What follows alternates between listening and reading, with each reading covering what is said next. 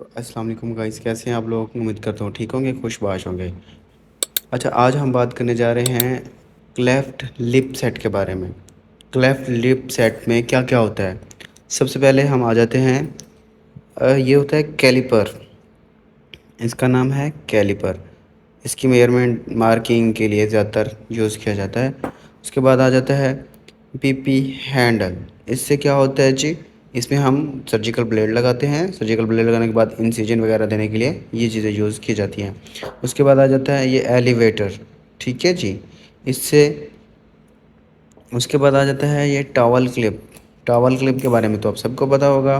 उसके बाद आ जाता है सक्शन नोज़ल। सक्शन नोज़ल के बाद आ जाता है हमारा नीडल होल्डर, स्टिचेस लगाने के लिए। उसके बाद हम आ जाते हैं यहाँ पे, ये हमारी है स्किन हुक। स्किन हुक, ये देखें, इसकी ग्रिप चेक करें, इसको पकड़ने का स्टाइल। ठीक है, ये है स्किन हुक। उसके बाद हमारा जाता है ये है हुक।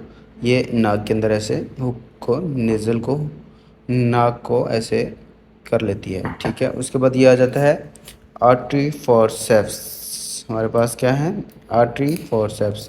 दो आर्टरी फॉरसेप्स होती हैं इसके अंदर। उसके बाद हमारे पास आ जाता है ये एक सीज़र होती है, बिल्कुल फाइन सीज़र होती है।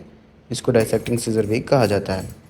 उसके बाद आ जाता है हमारे पास फॉरसेप्स। अच्छा, आपने अक्सर देखा होगा, ये है हमारे पास टूथ फॉरसेप्स। ये देखें, ज़्यादातर लिप में टूथ फॉरसेप्स होता है क्योंकि ये बहुत ही फाइन सर्जरी होती है, तो इसलिए इसको हम ज़्यादातर यूज़ करते हैं। उसके अंदर एक एक चीज़ और ऐड होती है, और वो आपने कमेंट में बताना है कि वो कौन सी ऐसी चीज़ होती है इसमें जो ऐड होती है। चलें, एक मैं बता देता हूँ, एक और आपने बताना है।